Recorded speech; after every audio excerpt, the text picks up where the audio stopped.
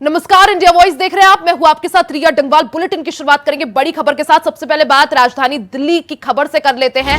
केजरीवाल के निजी सचिव से अब पूछताछ होगी। महिला आयोग ने पूछताछ के लिए उन्हें बुलाया है। विभव कुमार को सुबह 11 बजे तलब किया। स्वाति मालिवाल केस पर ये विभव कुमार को तलब किया गया। तो बड़ी खबर आपको बता दें, स्वाति मालिवाल के साथ अभद्रता के मामले से जुड़ी है बड़ी खबर। केजरीवाल के निजी सचिव विभव कुमार को महिला आयोग ने पूछताछ के लिए बुलाया है। सुबह 11 बजे तलब किया है। स्वाति मालिवाल केस से जुड़ा ये पूरा मामला है, जिसमें बीते दिनों स्वाति मालिवाल की तरफ से पीसीआर को कॉल किया गया था और ये बताया गया था कि सीएम हाउस में उनके साथ मारपीट की गई। मुख्यमंत्री अरविंद केजरीवाल के निजी सचिव विभव कुमार पर मारपीट का आरोप स्वाति मालिवाल ने लगाया था, जिसके बाद अब इस पूरे मामले पर सियासत तेज हो गई है। वहीं दूसरी तरफ अरविंद केजरीवाल के निजी सचिव की मुश्किलें भी बढ़ती हुई दिखाई दे रही हैं। दिल्ली महिला आयोग ने इस मामले का संज्ञान लेते हुए विभव कुमार को पूछताछ के लिए बुलाया है। सुबह 11 बजे तलब किया है और पूछताछ के लिए बुलाया है। तो ये बड़ी खबर आपको बता दें राजधानी दिल्ली से, जहां अरविंद केजरीवाल के निजी सचिव विभव कुमार की मुश्किलें बढ़ती जा रही है। उन्हें पूछताछ के लिए दिल्ली महिला आयोग ने बुलाया है। सुबह 11 बजे तलब किया है।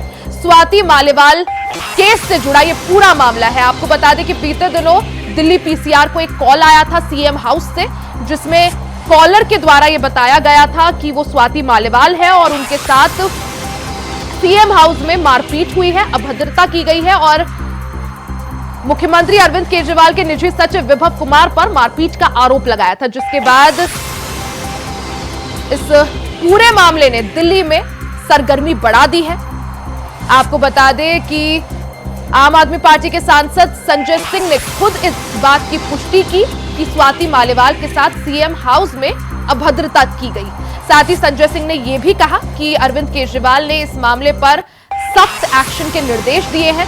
वहीं इस मामले में अरविंद केजरीवाल के निजी सचिव विभव कुमार की मुश्किलें बढ़ती हुई दिखाई दे रही हैं, क्योंकि दिल्ली महिला आयोग ने इसका संज्ञान ले लिया है और केजरीवाल के निजी सचिव को पूछताछ के लिए बुलाया है। तो सुबह 11 बजे अरविंद केजरीवाल के निजी सचिव विभव कुमार को पूछताछ के लिए बुलाया गया है। स्वाति मालिवाल से जुड़ा ये पूरा मामला है। तो आम आदमी पार्टी की राज्यसभा सांसद स्वाति मालिवाल ने बीते दिनों दिल्ली पीसीआर में कॉल करके ये बात बताई थी कि सीएम हाउस में उनके साथ अभद्रता की गई, मारपीट की गई और अरविंद केजरीवाल के निजी सचिव विभव कुमार पर स्वाति मालिवाल ने मारपीट का आरोप लगाया था। वहीं इस पूरे मामले के बाद अब दिल्ली महिला आयोग ने मामले का संज्ञान लेते हुए विभव कुमार को पूछताछ के लिए बुलाया है। सुबह 11 बजे विभव कुमार को पूछताछ के लिए तलब किया है।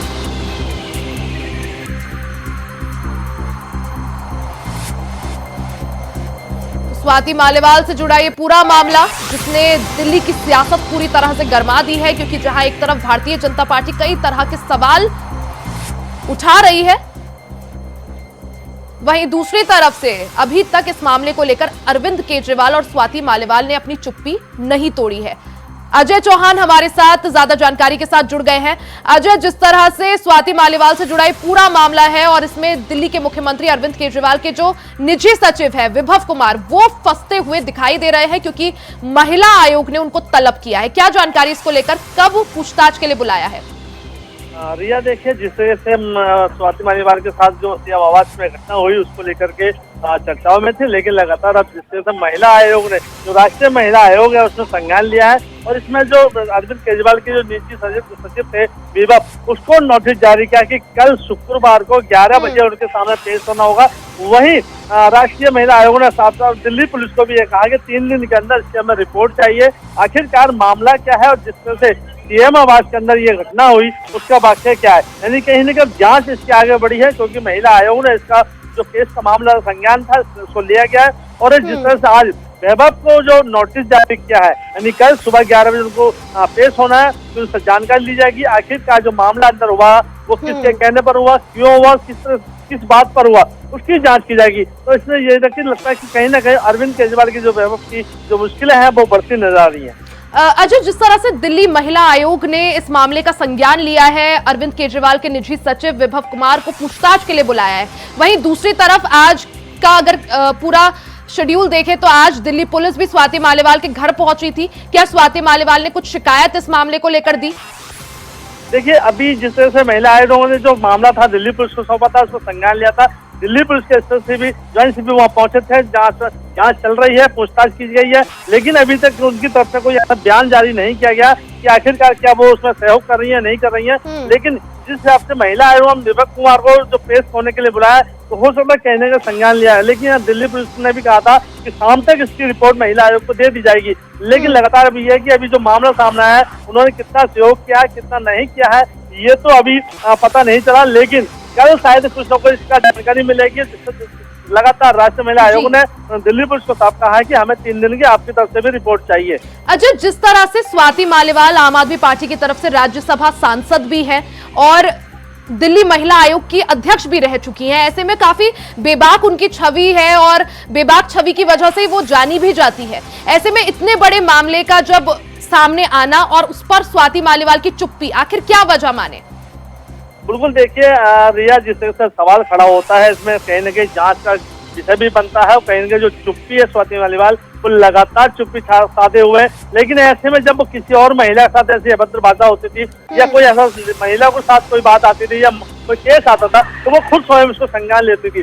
दिल्ली पुलिस भी जाती थी या महिला आयोग की तरफ से भी कार्रवाई की जाती थी, उनकी टीम भी जाती थी। लेकिन जब उन पर इस तरीके से कोई घटना हुई, जो मामला सामने आया, मीडिया के सामने आया, उनके फोन कॉल से पीसीआर बुलाई गई, उसके बाद भी स्वाति मालीवाल इस केस को चुप्पी साधे हुए। यानी अभी कुछ भी साफ नहीं कहा जा रहा कि आखिरकार जो अंदर मामला हुआ था सीएम आवास के अंदर, वो क्या हुआ। लेकिन लगातार जिस तरह विपक्ष ने सवाल उठाया, विपक्ष ने अरविंद केजरीवाल को घेरते नजर आया, वहीं संजय सिंह ने भी इस पर टिप्पणी की है। लेकिन अरविंद केजरीवाल तरफ से इसका अभी कोई खुलासा नहीं हुआ है कि आखिरकार मामला क्या था, क्यों इस तरह घटना हुई। लेकिन अजय, सवाल ये भी कि एक तरफ जहां स्वाति मालीवाल ने चुप्पी साध रखी है, वहीं अरविंद केजरीवाल भी इस मामले को लेकर मौन है। हालांकि संजय सिंह ने इस मामले की पुष्टि की, उसके बाद संजय सिंह ने यह भी कहा कि अरविंद केजरीवाल ने इस मामले का संज्ञान लिया है और एक्शन लेने की या कुछ कदम उठाने के निर्देश उन्होंने दिए हैं। लेकिन मीडिया के सामने या बाकी लोगों के सामने अरविंद केजरीवाल भी मौन है।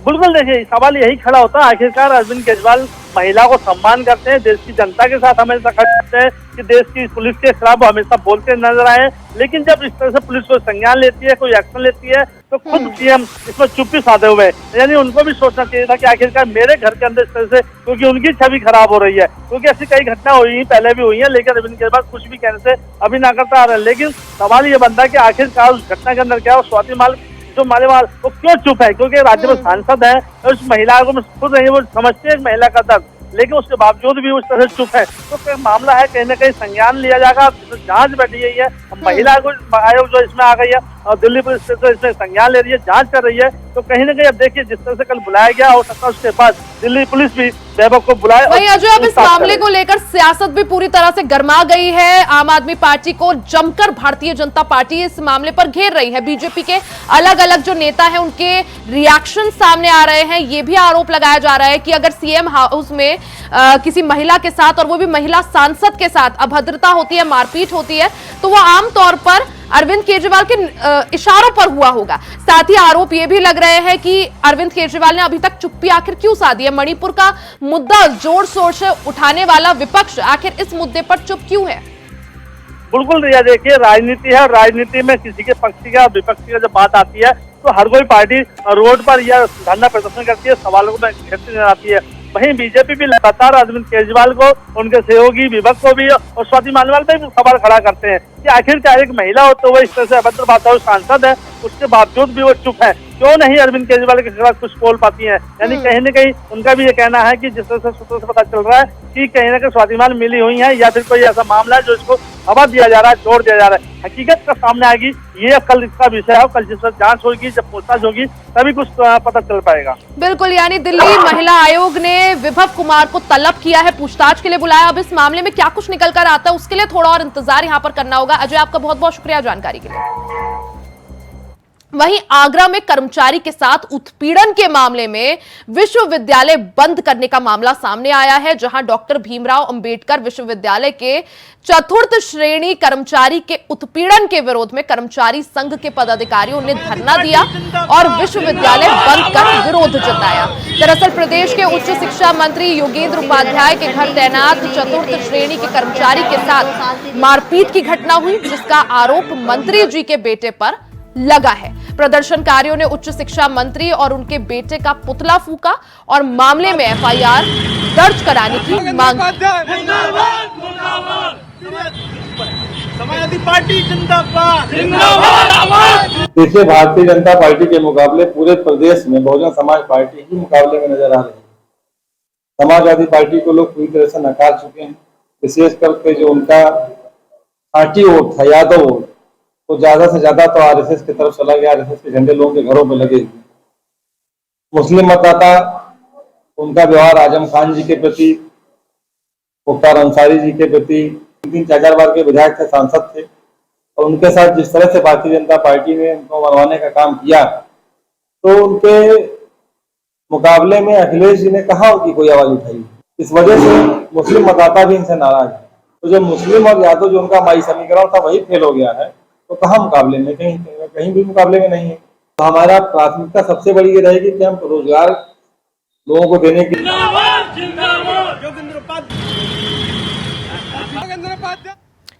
ज्यादा जानकारी के लिए मोहम्मद फारूक हमारे साथ आगरा से लाइव जुड़ गए हैं। मोहम्मद फारूक, क्या कुछ ये पूरा मामला है जिसमें जो कर्मचारी संघ है उसने विरोध प्रदर्शन किया?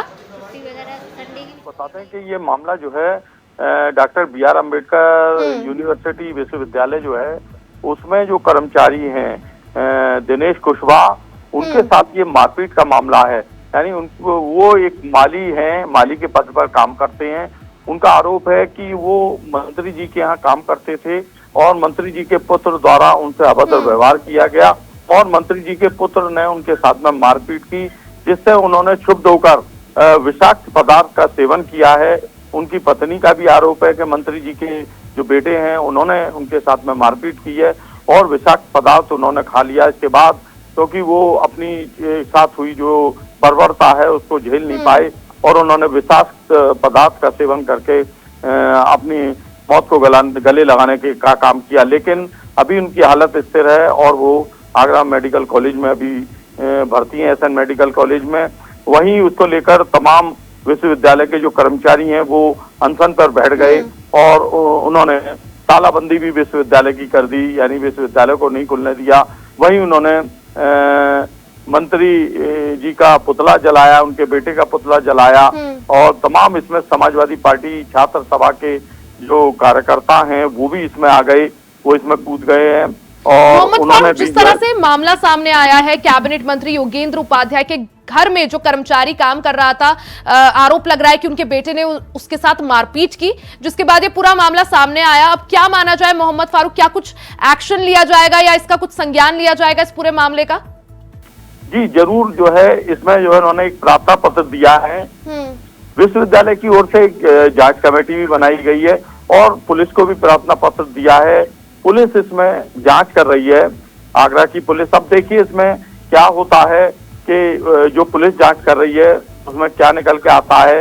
ये दिनेश कुशवाहा का आरोप है और उनका कर्मचारियों का ये भी कहना है, जो कर्मचारी संघ के नेता हैं उन्होंने बताया कि मंत्री जी के यहाँ कई लोग जो है काम करते हैं, जो विश्वविद्यालय के 4th क्लास कर्मचारी हैं वो मंत्री जी के यहाँ काम करते हैं। ये दिनेश कुशवाहा जो है ये माली थे, माली के पद पर काम करते हैं और उन लोगों का कहना है कि जितने भी वहाँ कर्मचारी काम करते हैं उनको सबको वहाँ से हटाया जाए, क्योंकि जो मंत्री जी हैं वो उच्च शिक्षा मंत्री हैं। तो लेकिन जिस तरह समाजवादी पार्टी के कार्यकर्ता भी जोर शोर से प्रदर्शन कर रहे हैं, इस मुद्दे को उठा रहे हैं, क्या माना जाए, क्या थोड़ा बहुत राजनीतिक रंग देने की कोशिश? जी बिल्कुल, इस मसले को राजनीतिक रंग देने की भी कोशिश हो रही है। और दूसरी तरफ जो है अभी चुनावी माहौल चल रहा है आगरा का। हालांकि इलेक्शन हो चुका है, चुनाव मतदान हो चुका है वहाँ, लेकिन इस मामले को अभी क्योंकि 3 चरण अभी और बाकी हैं, 3 चरणों, तो उसको जो है कहीं ना कहीं एक टूल देने की भी बात सामने आ रही है, क्योंकि कोई राजनीतिक दल का उसमें कूदना तो वो भी, क्योंकि ये मामला जो है सब आगरा यूनिवर्सिटी का है और डॉक्टर BR अम्बेडकर यूनिवर्सिटी के कर्मचारियों का है। कर्मचारियों ने जो है तालाबंदी करी है, धरना प्रदर्शन वो कर रहे हैं और उच्च शिक्षा मंत्री जिस तरह से मोहम्मद फारूक जो कर्मचारी संघ है उसकी तरफ से कहा जा रहा है कि FIR दर्ज हो, अब देखना होगा मामले में क्या कुछ होता है। बहुत बहुत शुक्रिया जानकारी के लिए।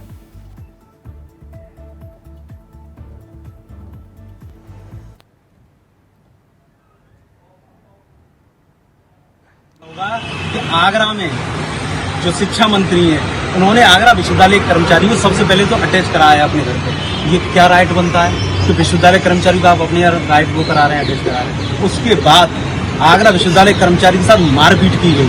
हम सब आगरा विश्वविद्यालय हमारा परिवार है, हम छात्र हैं वहाँ पे। हमारे कर्मचारी से मारपीट की गई, आज इतनी उसमें पीड़ दिया गया कि उसने जहर खा लिया।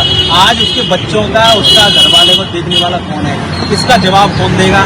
मैं माननीय योगी आदित्यनाथ मुख्यमंत्री से निवेदन करता हूँ कि जल्द से जल्द ऐसे तानाशाह अपने शिक्षा के मंत्री पर, माननीय योगेंद्र उपाध्याय, उनके बच्चे ने जो अत्याचार किया है एक कर्मचारी के साथ, और आप कहीं ना कहीं कर्मचारियों की आवाज उठाने का काम करते हैं। आप कहते हैं ये देश सुरक्षित है, आपके मंत्री से ये कर्मचारी सुरक्षित नहीं तो अब उत्तर प्रदेश का सुरक्षित होगा। हम ये मांग करते हैं पुलिस पे कड़ी कार्रवाई की जाए। पुलिस कड़ी कार्रवाई नहीं कर रही है।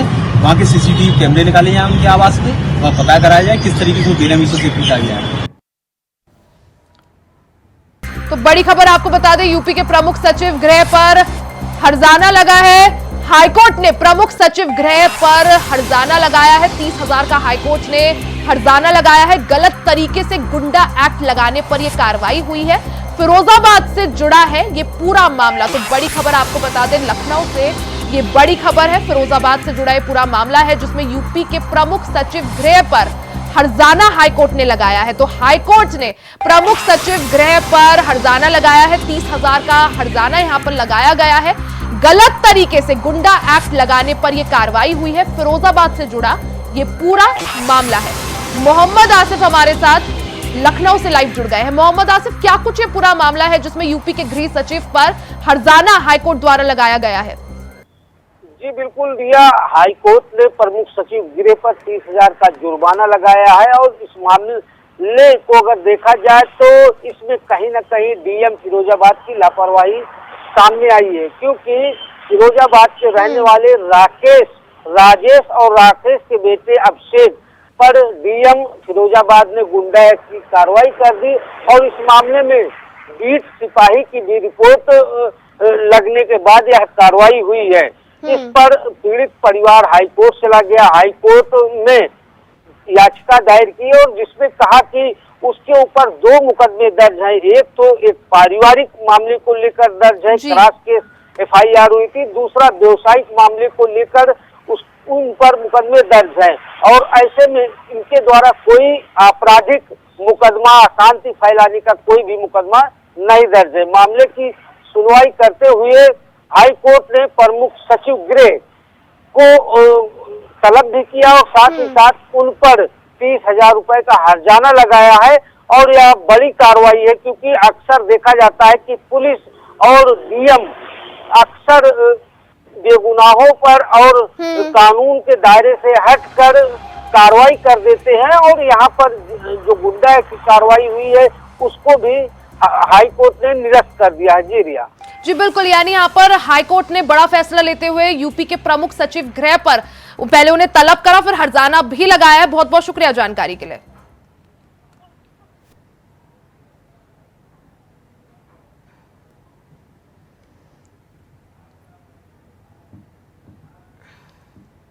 वहीं सुल्तानपुर पहुंचे समाजवादी पार्टी के प्रदेश अध्यक्ष श्यामलाल पाल ने एक बयान दिया है जो चर्चा का विषय बना हुआ है। राजा भैया के बीजेपी के सहयोग देने को लेकर जब श्यामलाल पाल से सवाल किया गया तो उन्होंने कहा कि आप पूरी सूची उठाकर देख लीजिए। पार्लियामेंट्री कैंडिडेट्स की सबसे ज्यादा आपराधिक इतिहास जो है वो भारतीय जनता पार्टी के द्वारा जो उम्मीदवार लिए गए हैं उनका है। इसलिए बीजेपी हटाने और इंडिया गठबंधन लाने के लिए हम चुनाव लड़ रहे हैं। भारतीय संविधान को बचाने और लोकतंत्र का जो गला घोटा जा रहा है इसके खिलाफ चुनाव लड़ा जा रहा है। OBC, SC और ST के साथ जो दुर्व्यवहार हो रहा है उन्हीं सब मुद्दों को लेकर 2024 का इंडिया अलायंस चुनाव लड़ रहा है। इंडिया गठबंधन अब की बार यूपी में सभी सीटें जीतेगा।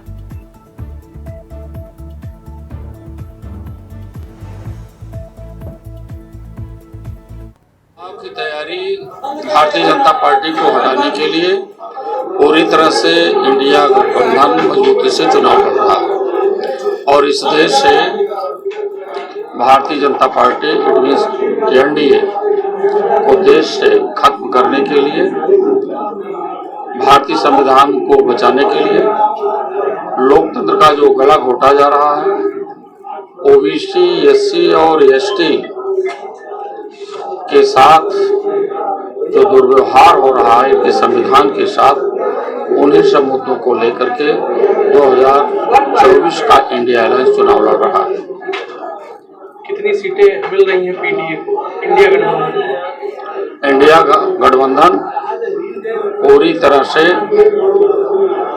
सत्ता में आएगा, बहुमत से अधिक आएगा और इनका जो 400 पार का नारा है भारतीय संविधान को खत्म करने का, परिवर्तन करने का, देश की संपूर्ण जनता जो वास्तव में शोषित, पीड़ित, वंचित है, इन पूंजीवादियों और साम्यवादियों की खुराफात से जो सदियों से पीड़ित हुआ है, उसके खिलाफ बाबा साहब डॉक्टर अंबेडकर के संविधान को बचाने के लिए, लोकतंत्र को बचाने के लिए, अपने आरक्षण को बचाने के लिए लामबंद है, इंडिया अलायंस को वोट देने जा रहा है।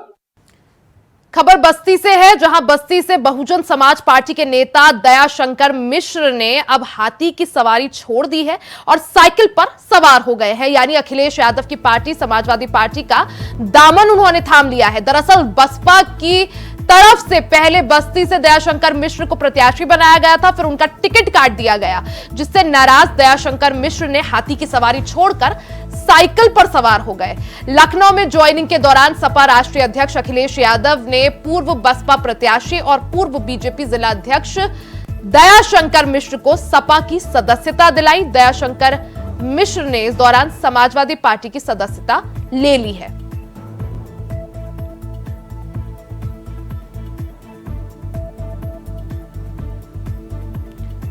तो बड़ी खबर आपको बता दें, दयाशंकर मिश्र ने बसपा छोड़ समाजवादी पार्टी का दामन थाम लिया है।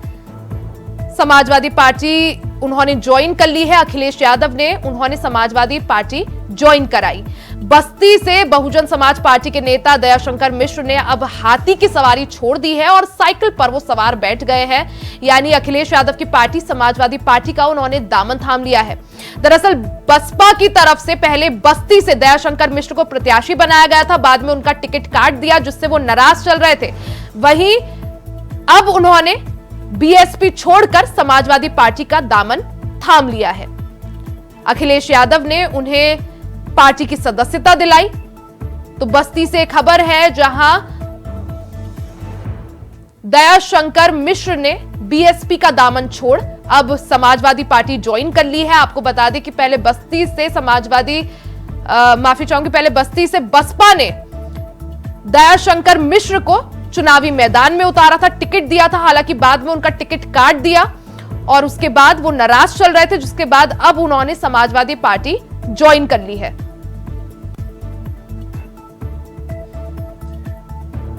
तो दयाशंकर मिश्र ने हाथी का हाथ छोड़कर समाजवादी पार्टी की साइकिल में वो सवार हो चुके हैं। बस्ती से पहले बसपा ने दयाशंकर मिश्र को उम्मीदवार बनाया था, बाद में उनका टिकट काट दिया, जिससे वो नाराज चल रहे थे। वहीं नाराजगी के चलते उन्होंने बसपा छोड़ अखिलेश यादव के साथ समाजवादी पार्टी का दामन थाम लिया है। मोहम्मद आसिफ हमारे साथ इस खबर पर ज्यादा जानकारी के लिए लाइव जुड़ गए हैं। मोहम्मद आसिफ, जिस तरह से दयाशंकर मिश्र नाराज चल रहे थे, अब उन्होंने बसपा छोड़ समाजवादी पार्टी ज्वाइन कर ली है, क्या जानकारी इसको लेकर?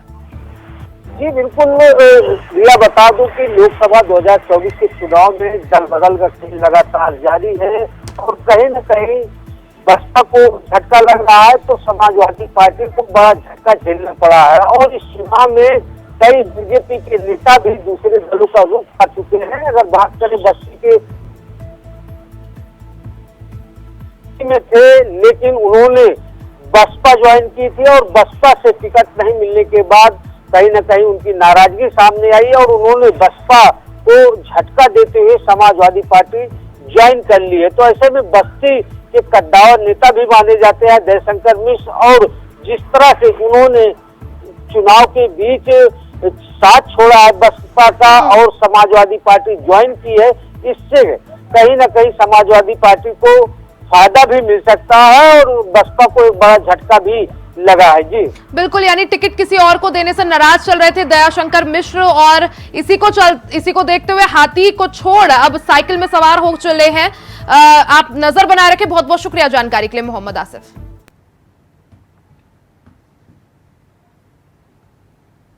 इसी के साथ इस बुलेटिन में फिलहाल के लिए सिर्फ इतना ही। खबरों का सिलसिला जारी रहेगा, बने रहे हमारे साथ।